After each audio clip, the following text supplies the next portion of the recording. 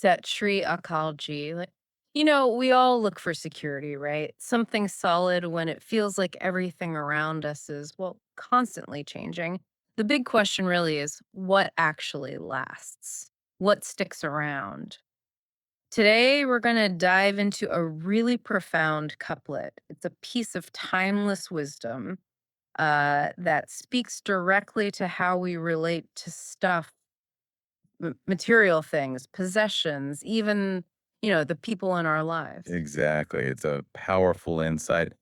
And this deep dive, it's really about guiding you, helping you understand that maybe the things we often hold on to so tightly, well, they're impermanent. But more importantly, it's about discovering where you can find that unwavering companion, that anchor.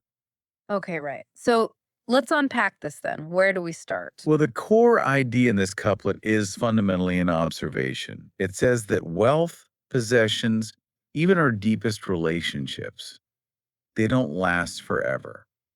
And crucially, this isn't presented as like a bad thing or a judgment. It's just the way life flows, the Yeah. natural order of things. Okay, just an observation of reality. Precisely.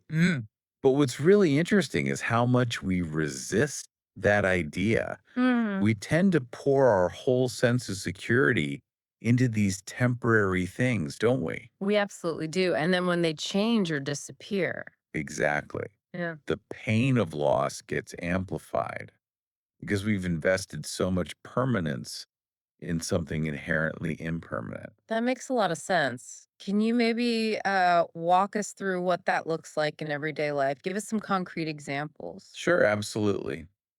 Think about wealth, for instance. Someone might have a really stable job, feel financially secure, and then bam, overnight, they could lose that job, Yeah, or a business someone poured their heart and soul into. right? It could fail suddenly. And just like that, the security blanket is gone.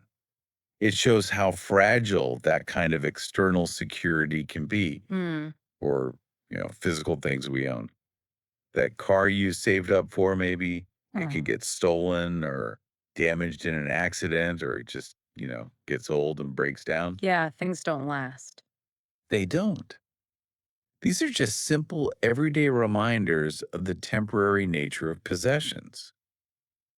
And this idea, it really hits home when we think about relationships too. We form these incredibly deep connections, right? Of course. Think about childhood friends. You might think you'll be friends forever, attached to the hip, but then life happens. Mm. One of you moves away for a job, maybe to a different state, or even another country. Or you might be the one who moves, maybe leaving parents behind to pursue a career opportunity somewhere else. It happens all the time. It does. And these connections, they're incredibly precious. They bring so much joy. But the couplet reminds us their permanence isn't guaranteed. Right. And understanding this, or maybe not understanding it, often leads to this underlying feeling, this fear of loss. Okay, yeah. And here's where it gets really interesting for me because that fear, that constant low level anxiety about things changing or people leaving, it takes a huge emotional toll, doesn't it?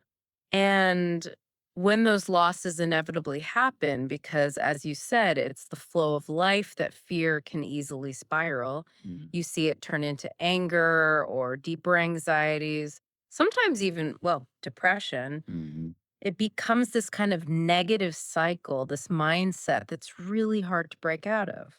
That's a perfect way to put it, a negative cycle. But what's crucial and what this wisdom offers is framing this not as a catastrophe, but simply as the natural way of things. It aligns with what we've previously discussed as hukam. Who come, right? The divine order or the way the universe works. Exactly. The cosmic flow. Mhm. So understanding isn't about becoming detached or cold towards people or things, not at all. It's about recognizing their transient nature. This understanding actually allows us to engage with life and our relationships and our possessions more fully, but with less clinging, less Yeah. unhealthy attachment. That's a really important distinction. It's not indifference, it's understanding. So, this profound wisdom, this couplet we're exploring, it comes from Guru Tegh Bahadur Ji. And the recitation we're about to hear is by A.P. Singh from Sikh Dharamsal. ਧਨ ਦਾਰਾ ਸੰਪਤ ਸਗਲ ਜਿਨ ਆਪਣੀ ਕਰਮਾਨ ਇਨ ਮੈਂ ਕਛ ਸੰਗੀ ਨਹੀਂ ਨਾਨਕ ਸਾਚੀ ਜਾਨ Wow. Even just hearing the sounds, the original words, there's such power of vibrancy to it, isn't there? Even beyond the meaning we're discussing. There absolutely is. And significantly, this wisdom doesn't just highlight the challenge, the impermanence, it points directly towards the solution. It guides us to uh, recognize the creator within you, your true companion. The creator within. Yes, that internal divine presence, that spark of consciousness of truth, that's at the very core of your being. That is the only constant. That's the truly permanent companion that never leaves you. That's always there, unwavering. Okay. So, practically speaking, what does this mean for us, for you listening right now? How does realizing this inner divine presence actually change things day to day? How does it impact that negative cycle we talked about, the fear, the anger? Well, when you start to truly recognize it, maybe connect with it, perhaps even, love that divine presence within yourself. How do you do that? It could be through moments of quiet reflection, simple awareness, maybe just acknowledging its existence throughout your day. It doesn't have to be complicated. Mhm. As you cultivate that connection, it naturally, almost automatically begins to break that cycle of fear and anxiety and anger. Really? How? Because you're shifting your anchor, you're grounding yourself in something unshakable, something internal rather than external circumstances. Mm. This fosters this deep sense of inner peace, a steadfastness, regardless of what's happening outside. Mm. Grounding in the unshakable. I like that. And that inner peace, it's not just for you, it radiates outwards. It inspires you, yes, but it also inspires those around you. It creates this positive ripple effect. It's not about ignoring the world, but facing it from a place of inner strength. Wow. Okay. This deep dive has really it's shown that maybe the security and companionship we're searching for are much closer, much more constant than we thought. Wealth, possessions, and the true companion, it really pushes us, doesn't it?